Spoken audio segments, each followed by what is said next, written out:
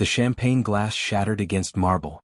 80 pairs of eyes turned toward me, billionaires, celebrities, politicians, but Director Kim walked past every single one of them. His polished shoes stopped in front of my borrowed dress and knockoff heels. Then he did something I'd never seen him do in 15 years of Zenith Corporation events. He bowed.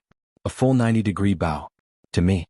The catering girl who wasn't even supposed to be in this room. My hands were still sticky from the tray I'd dropped. Red wine soaked into the cream carpet. Probably worth more than my yearly salary. The woman whose Dior gown I'd just ruined opened her mouth to scream, but Director Kim raised one hand. Silence dropped like a guillotine. "Leave her," he said. His voice cut through the ballroom. "Everyone else, out." This is how I ended up standing in Seoul's most exclusive penthouse at midnight, holding a secret that could destroy the most powerful man in South Korea. But to understand why he bowed, you need to know what I found 3 hours earlier in the kitchen trash. What I should have left buried. What I wish I'd never seen. I'm Minji. 23 years old. I've worked for Zenith Corporation's catering company for 2 years, mostly invisible, always broke. My mother needs dialysis twice a week, Korean won 2.8 million per month that insurance barely covers. My younger brother June needs books for university, the kind that cost 200,000 Korean wons each and become obsolete after 1 semester. I need this job more than I need pride, which is why I take every shift they offer, even the ones that run until 3 a.m., even the ones where managers yell at us for breathing too loud near the VIPs. Tonight was the Zenith Anniversary Gala. 80 VIP guests whose combined net worth could probably buy a small country. 50 catering staff who'd signed NDAs thicker than telephone books. One chance to mess up before you're permanently blacklisted from every high-end venue in Seoul. In this industry, your reputation is everything. Lose it once, lose it forever. I'd arrived at 4 p.m. to prep. The Zenith building penthouse occupies the top 3 floors, glass walls overlooking the Han River, where you can watch boats drift past like toy models. Art that I'd seen featured in magazines, the kind where a single painting costs more than most people earn in a lifetime. Furniture that looked like it belonged in a museum, all clean lines and expensive wood that probably came from trees older than my grandmother. We weren't allowed to touch anything except our designated stations. We definitely weren't allowed in Director Kim's private office on the 63rd floor. That was sacred ground, the inner sanctum where Billionaire deals got made over whiskey that cost more per bottle than my monthly rent. But at 8:47 p.m., right before service started, my supervisor Ms. Park grabbed my arm. Her nails dug in through my sleeve. "Trash run. Director Kim's office. He had a private meeting earlier and wants it cleared before guests arrive. You have 8 minutes. The office was bigger than my entire apartment building's lobby. Floor-to-ceiling windows showed Seoul spreading out like a circuit board, all lights and geometry. A desk made from a single piece of black walnut. I knew because I'd heard another server whisper about it once, how it cost 80 million Korean wons and was imported from America. Everything pristine, everything perfect, everything positioned like someone had used a ruler to measure the exact distance between objects. Except the trash bin was overflowing. Papers crumpled and shoved in carelessly, like whoever had thrown them away wanted them gone immediately. I tied up the bag, turned to leave, then stopped. Something was sticking out. The corner of a photograph, bent and torn like someone had tried to rip it but couldn't quite finish the job. I don't know why I looked. Curiosity? Stupidity? The same impulse that makes you slow down past car accidents even though you know you shouldn't look? The photograph showed a young girl, maybe 7 years old. School uniform with the little yellow collar that every elementary kid in Seoul wore back in the early 2000s. Missing front teeth, that gap-toothed smile kids get right before the adult teeth come in. She was laughing at the camera, holding up a drawing, stick figures in a house with a triangle roof, the kind of art that only makes sense to the person who drew it. Behind her, slightly out of focus, stood a woman in a hospital gown. The woman's hand rested on the girl's shoulder. You could see the 4-line taped to her wrist, the medical bracelet, the exhaustion in her posture even though the photo quality wasn't great. Written on the back in child's handwriting, the letters uneven and wobbly, "For Daddy. Get well soon. Love, Minji. My Minji." My handwriting, I still make my J with that weird curl at the bottom.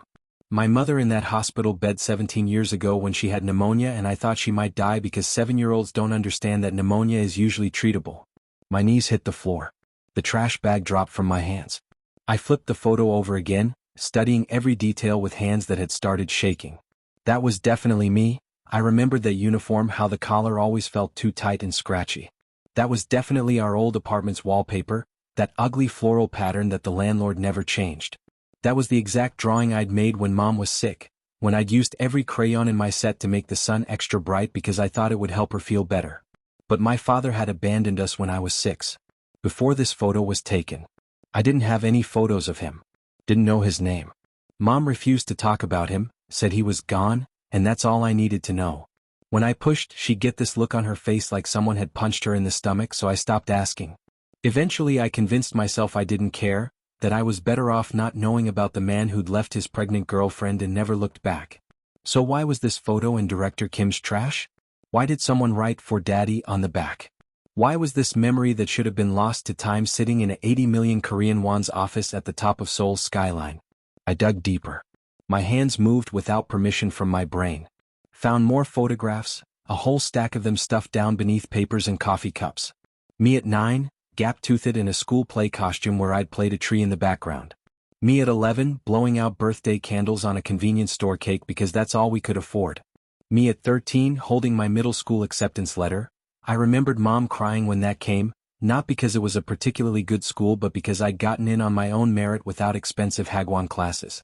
Every major moment of my childhood, documented by someone who cared enough to keep these memories but not enough to actually be there for any of them. My stomach twisted. This didn't make sense. None of this made sense. At the bottom of the trash, underneath everything else, I found a torn letter. The paper was expensive, thick cream cardstock, the kind you use for important documents. The handwriting was shaky, like someone had written it while crying or drunk or both. Ink had smudged in places where liquid had hit the paper. Minji, I'm so sorry.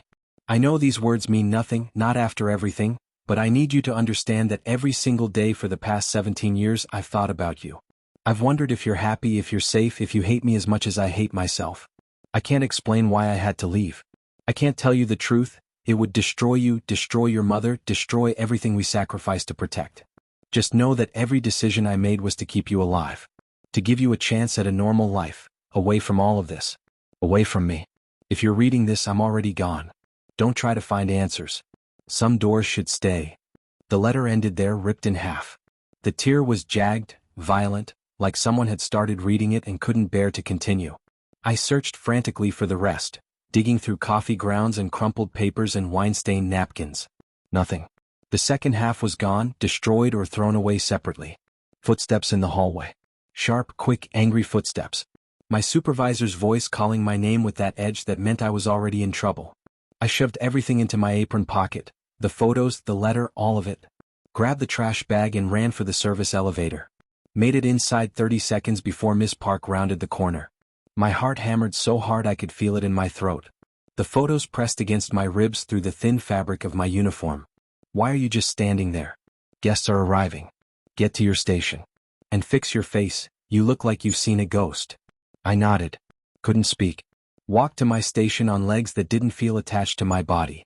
The gala blurred past in fragments.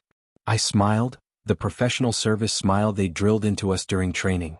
I served champagne and canapés that cost more per bite than my hourly wage. I pretended everything was normal while my brain screamed questions so loud I was amazed other people couldn't hear them. Director Kim Tae-won, Forbes list regular, self-made billionaire, ruthless businessman known for crushing competitors so thoroughly they left entire industries. What did he have to do with me? With my absent father? With photographs hidden in trash bins? No. Impossible. My father was a nobody who got Mom pregnant and ran away from responsibility. Some loser who couldn't handle being a parent. Director Kim had built an empire from nothing, or so every article claimed. They couldn't be the same person. The math didn't work. The timeline didn't work. Nothing about this made sense. But I'd seen Director Kim up close a dozen times while working these events. Never paid attention to his face before. You're not supposed to look at the VIPs directly, it makes them uncomfortable. You're supposed to be invisible, a hand that appears with drinks and disappears again. Now I studied him across the ballroom while pretending to arrange wine glasses. Sharp cheekbones that cast shadows in the overhead lighting. Deep-set eyes that looked almost black from a distance. The way his left eyebrow quirked up when someone said something stupid, this tiny micro-expression of contempt that he probably didn't know he was making. I touched my own face. Same cheekbones. I'd always hated how prominent they were, how they made me look severe in photos. Same eyes, deep-set enough that I had to be careful with eye makeup or I'd look exhausted. Same eyebrow quirk. June had told me once that I looked judgmental as hell when people said dumb things. The tray slipped from my hands. Time stretched weird the way it does in car accidents. I watched the glasses fall, watched the champagne arc through the air in slow motion, watched it splash across that cream carpet and that woman's Dior gown. Watched 80 VIP faces turn toward me with expressions ranging from shock to disgust to that particular brand of fury that rich people get when poor people mess up their nice things. That's when Director Kim moved. He'd been talking to a parliament member, some important conversation about policy or money or whatever important people talk about. He stopped mid-sentence, turned, looked directly at me with those deep-set eyes that were mirrors of my own. Then he walked past the parliament member who was still talking, past 3 different CEOs who tried to get his attention, past celebrities and socialites and people who'd probably waited months for a chance to speak with him. His polished Oxford shoes, I could see my reflection in them, stopped directly in front of my knockoff heels that I'd bought at Dongdaemun Market for 35,000 Korean wons. The ballroom held its breath. He bowed. A full 90-degree bow, the kind you give to elders or people you respect deeply. The kind you definitely don't give to catering staff who just ruined your 500 million Korean won's anniversary gala. Leave her, he said. His voice was quiet but it carried anyway, the way voices do when everyone's straining to hear. Everyone else, out. Director Kim, I don't think, someone started. Out. No. Security will escort you to the lobby. Your cars are being brought around. Thank you for attending. He still hadn't looked away from me. Minji and I need to speak privately. He knew my name. Of course he knew my name, I was wearing a name tag. But the way he said it didn't sound like he was reading it off my uniform. It sounded like he'd said it 1,000 times before. The ballroom cleared in under 3 minutes. Rich people are good at leaving when they're told to, they understand power dynamics, understand when they're suddenly not the most important person in the room. Security ushered them out smoothly, professionally, with no explanations given because when you're Director Kim, you don't need to explain anything to anyone. Then it was just us. Me and this man who might be my father. Standing in a ballroom that suddenly felt enormous and empty, with Seoul glittering behind him through floor-to-ceiling windows like we were floating above the entire city. You found the photos, he said. Not a question. A statement of fact. I couldn't speak. My throat had closed up completely. I managed to nod. He moved to the bar, real marble, real crystal, bottles that probably cost more than my mother's dialysis. Poured 2 glasses of whiskey with hands that didn't shake even slightly. The liquid caught the light, amber and gold. Offered me one. I didn't take it. Couldn't. If I moved my hands from where they were clenched at my sides, I'd fall apart completely. I suppose you want answers. He drank his in one swallow like it was water. I suppose you've earned them. You left us. The words came out strangled, barely human. Mom worked 3 jobs. She cleaned offices at night, sold cosmetics during the day, did data entry on weekends. We ate instant noodles for dinner most nights because meat was too expensive. I wore the same shoes for 2 years until my toes bled through the fabric and a teacher finally noticed and reported it to the school. You left us with nothing. I left you with everything. His voice was quiet, almost gentle, which somehow made it worse. Your life, your safety, your future, everything that matters. What are you talking about? He set down his glass, walked to the window. The Seoul skyline glittered behind him like scattered diamonds, like all the money in the world made into light. Do you know what Zenith Corporation did before we became legitimate? Before the tech investments and the real estate and the clean money that looks good in quarterly reports? I shook my head. Everyone knew Zenith's official story. Director Kim had started with nothing, built the company through smart investments and harder work than anyone else was willing to do. Rags to riches. The Korean dream. We were collectors. Loan sharks if you want the ugly word for it. My father, your grandfather, ran the most efficient operation in Seoul. We broke bones when people didn't pay. We burned businesses. We ruined lives systematically, methodically, like it was just business because to us it was just business. He paused. The silence stretched. We were very, very good at it. The floor seemed to tilt beneath my feet. I reached for a chair, missed, steadied myself against a table. When I was 25, I wanted out. I'd met your mother at a community center. She was volunteering, teaching kids to read because that's the kind of person she is. She was everything I wasn't. Everything I'd never been allowed to be. I wanted a normal life. A family. Something clean that wasn't built on other people's suffering. But my father gave me a choice. Take over the business or watch everyone I loved disappear. He didn't make empty threats. He'd made people disappear before. So you ran. I finally found my voice. It came out harsh, accusatory. So I made a deal. He turned to face me. Up close, the resemblance was undeniable. We had the same bone structure, the same set to our shoulders, even the same way of standing with weight slightly more on the left foot. I would build Zenith into something legitimate. I would triple the family wealth through legal means.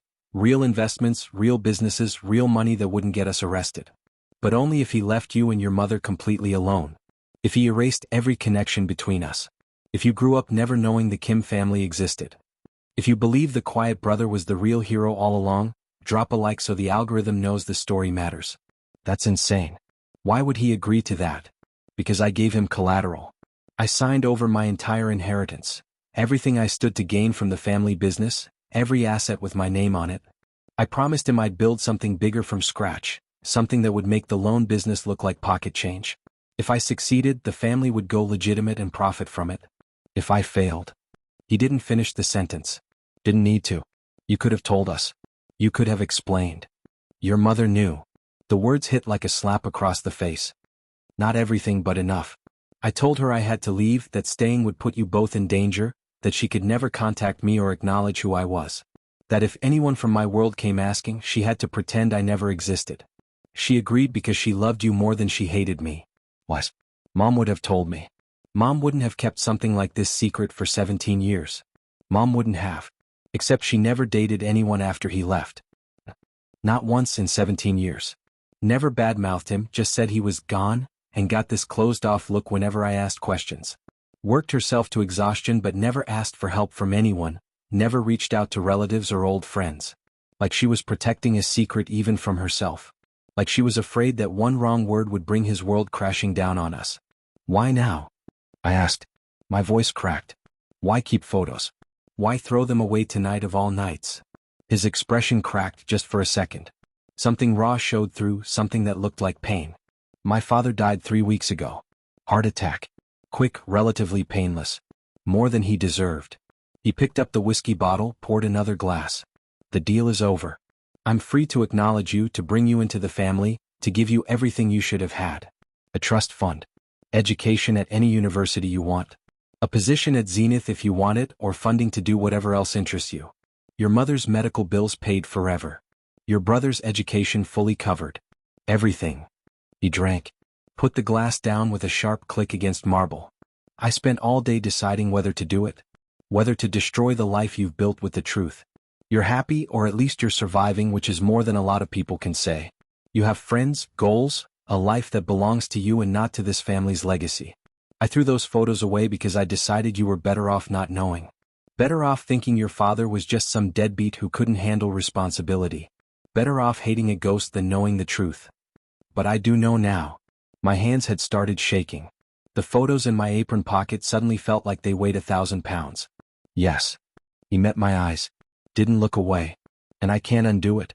So I'll ask you once and I'll respect whatever answer you give. Do you want to know the whole truth? Do you want to hear about your grandfather's business, about the things I did before I got out, about why I'm terrified every single day that someone will figure out the connection and use you to hurt me? Do you want to be Kim Min-ji, daughter of one of the wealthiest men in Korea, with everything that comes with that name? Or do you want me to walk away again and let you keep being just Min-ji, the girl who fights for everything she has and never asks for handouts? Before I could answer, the elevator dinged. The sound cut through the silence like a gunshot. We both turned. The doors slid open and a woman stepped out. Mid-40s, expensive suit, hair pulled back so tight it looked painful. She took one look at me, then at Director Kim, and her expression went carefully blank. Sir, I apologize for the interruption, but we have a situation. The board members are asking questions about why you cleared the gala.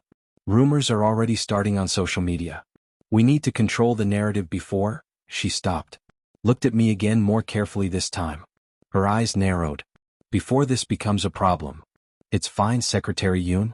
Min-ji and I were just... With all due respect, sir, it's not fine. Her voice went sharp. I've worked for you for 12 years. I know who she is. I know what this means. And I'm telling you that if this gets out before we control the message, it will destroy everything you've built. Let it, he said quietly. Secretary Yoon's composure cracked. Sir. I said let it. I'm tired, Yoongi. Tired of pretending. Tired of walking past my daughter at corporate events and having to pretend she's invisible. Tired of throwing away photos because I'm too afraid to keep them. He turned back to me. Minji deserves better than being a secret. Minji deserves to make her own choice, Secretary Yoon said. Her voice softened slightly. Without being pressured into anything while she's in shock. She looked at me. You found out tonight. Just tonight. You probably can't think straight. That's normal. But you should know that if you accept Director Kim's acknowledgement, your life will change in ways you can't imagine. You'll be followed, photographed, investigated. Every relationship you have will be scrutinized. Every mistake you've ever made will be public record. People will befriend you for your connections and hate you for your privilege. Is that what you want? I opened my mouth, closed it. She was right, I couldn't think straight. My brain was a mess of contradictory emotions. Anger at being abandoned. Relief that there was a reason. Fear of this new future. Desperate, pathetic hope that maybe I'd finally have a father. I need time, I said finally. I need to talk to my mother. I need to think about what this means for June, for our life. I can't decide this in one night. Director Kim nodded. Of course. Take all the time you need. In the meantime, Secretary Yoon will arrange for your mother's medical bills to be paid. Anonymously. A medical grant, nothing connected to me. And your brother's tuition. No. The word came out harder than I intended. Not yet. Not until I decide. I don't want your money until I know what it costs. Something that might have been respect flashed across his face. All right. But take this. He pulled out a business card, wrote something on the back. My private number. Not the office line, my actual phone. Call when you're ready to talk. Or don't call. Whatever you choose, I'll respect it. I took the card. Our fingers brushed. His hands were warm, solid, real. This wasn't a dream or a mistake. This was happening. Subscribe if you want to hear more stories about people who risked everything for the truth. I should go, I said. My shift ended 3 hours ago. My roommate will be worried. I'll have my driver take you home. I'll take the subway. Minji. I need to think. I can't think in a 200 million Korean won's car. I turned toward the elevator. Stopped. Looked back. Did you ever want to come back? In 17 years, did you ever almost break your promise? His face did something complicated. Every day. Every single day I wanted to walk up to your apartment, knock on the door and beg your mother to take me back. Even if it meant putting you in danger. Even if it meant destroying everything I'd built. He paused. I almost did it once. You were 15. Your middle school graduation. I was there, in the back, wearing a baseball cap and sunglasses like some kind of stalker. Watched you walk across that stage. You tripped on your gown and almost fell, but you caught yourself and laughed instead of crying. That's when I knew you'd be okay without me. You were stronger than I ever was. My throat closed up again. I nodded once, quickly, and pressed the elevator button before I could fall apart completely. The ride down was long. 63 floors is a lot of time to think, to let reality sink in. I pulled out the photos. Studied each one carefully. Found details I'd missed before. In the birthday photo there was a shadow in the corner. Someone taking the picture. In the school play photo you could see other parents sitting in the audience, but one seat in the back corner was empty. Reserved but unused. He'd been there for these moments, just never close enough to touch. The lobby was empty except for one security guard who pretended not to see me crying. I walked out into Seoul's night air. The subway station was 2 blocks away. I made it halfway there before I had to stop, lean against a building and let myself break down properly. My phone buzzed. Text from Mom. You're late. Everything okay? How did I even begin to answer that? Everything was the opposite of okay. Everything had just been turned upside down and shaken until nothing made sense anymore. But I typed back, fine. On my way home. Can we talk when I get there? 3 dots appeared. Disappeared. Appeared again. Finally, yes. She knew. Of course she knew. 17 years of keeping this secret, and somehow she knew that tonight it had finally come out. The subway was nearly empty at this hour. I sat in a corner seat, watched Seoul scroll past through dirty windows. Thought about choices and consequences. About the difference between the father who left and the father who stayed away.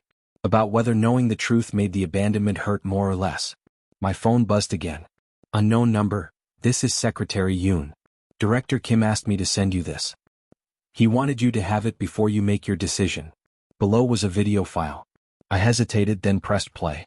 The video was old, grainy, dated 17 years ago. It showed a younger Director Kim, 25, barely older than I was now, sitting in a hospital waiting room. My mother sat next to him, visibly pregnant. His hand rested on her belly. They were laughing about something, this moment of pure happiness before everything fell apart. Then the camera angle changed. Someone else was filming now, someone who held the camera steady and professional. A man's voice off-screen, "Final warning, Tae-won. You have 24 hours to make your choice. Take over the family business or everyone in this video dies. Your woman. Your unborn child. Everyone you've ever cared about. You know I don't make empty threats." The video cut off. I watched it 3 more times. Studied my mother's face, her happiness, her complete ignorance of what was coming. Studied director Kim's expression as he listened to his father's threat. The way his hand tightened protectively over my mother's stomach. The way his jaw clenched. He hadn't left because he didn't care. He'd left because he cared too much. The subway reached my stop. I walked home on autopilot, my mind 1,000 miles away. Our apartment was on the 4th floor of a building that should have been condemned a decade ago. The elevator was broken again. I took the stairs, counting each step like a meditation. 112 steps from the lobby to our door. I'd counted them 1,000 times before, but tonight each one felt significant. Each one was a step closer to a conversation that would change everything again. Mom was waiting in the kitchen. She'd made tea, cheap barley tea, the kind we always drank because real tea was too expensive. 2 cups sat on our tiny table, steam rising in the fluorescent light. She looked older than she had this morning. Or maybe I was just seeing her differently now, seeing the weight of 17 years of secrets in the lines around her eyes. "Sit," she said quietly. I sat. Wrapped my hands around the warm cup. Didn't drink. "He told you," she said. Not a question. I found photos. In his office. Photos of me growing up. And a letter. I pulled them out of my apron pocket, spread them on the table. "Why didn't you tell me?" "Because I promised I wouldn't. Because keeping you safe was more important than you knowing the truth." She picked up one of the photos, the one of me at 7 holding my drawing. Her hand shook slightly. "He took this one. Did you know that? He came by the hospital when I had pneumonia. Just for 10 minutes, wearing a disguise, pretending to be a medical equipment salesman. He held you while I slept. You gave him that drawing. I thought he'd thrown it away. He kept everything. Every photo, every memory. Then tried to throw them all away tonight. Because his father died. I saw it on the news 3 weeks ago. I knew it was only a matter of time before Tae-won had to decide what to do about us." She finally looked at me. Her eyes were red. "What did he offer you?" "Everything. Money, education, family, answers. A life I've never had." "And what do you want?" That was the question, wasn't it? What did I want? I'd spent 17 years being angry at a father I'd never known. Building my identity around being abandoned, around having to fight for everything. What happened to that person if I accepted his explanation? If I became someone who'd been protected instead of rejected? If this story broke your heart the way it broke mine, leave a like so I know to tell more stories like this. "I don't know," I admitted. Part of me wants to tell him to go to hell. To say that good intentions don't make up for 17 years of absence. That I survived without him and I don't need him now. And the other part? The other part remembers being 6 years old and asking you where my daddy was. Remembers you crying in the bathroom when you thought I couldn't hear. Remembers June asking why we didn't have a father like other kids. I swallowed hard. The other part wants to know what it's like to have a parent who stays. Mom reached across the table, took my hands in hers. They were rough from years of cleaning jobs, scarred from accidents with cheap cooking equipment. "Listen to me carefully. Whatever you decide, I support you. If you want to walk away and never speak to him again, I understand. If you want to build a relationship with him, I understand that too. But you need to understand something about your father." She paused, gathering her thoughts. "Tae-won is not a good man. He's done terrible things. Things he had to do to build Zenith, to go legitimate, to protect us. Things that keep him awake at night. If you accept him as your father, you're accepting all of that history. All that blood money that eventually became clean money. You can't pick and choose which parts of him you want to know. Did you love him?" The question surprised us both. She smiled, sad and distant. "I loved who he could have been. The man he wanted to be before his father's world crushed that possibility. I still love that version of him, even though he probably doesn't exist anymore." She squeezed my hands. "But that doesn't mean you have to forgive him. Love and forgiveness are different things." We sat in silence for a long time. The tea went cold. Outside, Seoul continued its endless noise, cars, voices, life moving forward while we sat frozen in this moment of decision. Finally I said, "I'm going to call him tomorrow." Not to say yes or no. Just to talk. To ask questions. To figure out who he is now versus who he was then. Mom nodded. That seems wise. And I'm going to tell June. He deserves to know. He's going to have questions. Everyone's going to have questions. That Secretary Yoon woman said my life would be investigated, photographed, scrutinized. Every mistake I've made will become public record. I laughed, but it sounded broken. I haven't even made that many mistakes. I've been too busy surviving to screw up spectacularly. You'll make mistakes now. Everyone with money and power does. The question is whether the trade-off is worth it. Worth it? Was financial security worth losing privacy? Was having a father worth the complicated history that came with him? Was belonging to the Kim family worth the target it would paint on my back? I didn't have answers. Not yet. Maybe not for a long time. But I pulled out Director Kim's business card, looked at the number written in his careful handwriting. Tomorrow I would call. Tomorrow I would start asking the questions that had no easy answers. Tomorrow I would begin the process of deciding who Minji wanted to be, the girl who survived alone or the daughter who learned to accept complicated love. Tonight I just sat with my mother and let myself feel everything. The anger and the relief and the fear and the hope all tangled together until I couldn't tell which emotion was which. Let myself be 6 years old again asking about a father who was never coming back. Let myself be 23 and facing a father who'd never really left. The sun started rising over Seoul. Pink and gold light filtered through our grimy window, turning our shabby kitchen into something almost beautiful. Mom had fallen asleep at the table, her head resting on her arms. I watched her breathe, steady and alive. She'd survived 17 years of this secret. Whatever I decided, she'd survive that too. My phone buzzed. Text from the unknown number, Secretary Yoon again. Director Kim wanted me to tell you something. He says he understands if you choose to walk away. He says he's been walking away from you for 17 years, so it would only be fair. But he hopes you'll at least let him explain everything before you decide. No pressure. Just truth. I typed back, tell him I'll call tomorrow afternoon. And tell him. I hesitated. What did I want to say? What could I say to a father who was a stranger? Tell him I'm not making any promises. But I'll listen. 3 dots appeared immediately. Then, he's crying. First time I've seen it in 12 years. I'll arrange a private meeting. Somewhere neutral. Somewhere you'll feel safe. The conversation ended. I put my phone down. Looked at the photos spread across our kitchen table. Evidence of a love that had existed in secret, in shadows, in moments stolen from a life that could have been. Whatever happened next, at least now I knew the truth. The real story, not the version I'd told myself for 17 years. That had to count for something. I picked up Mom.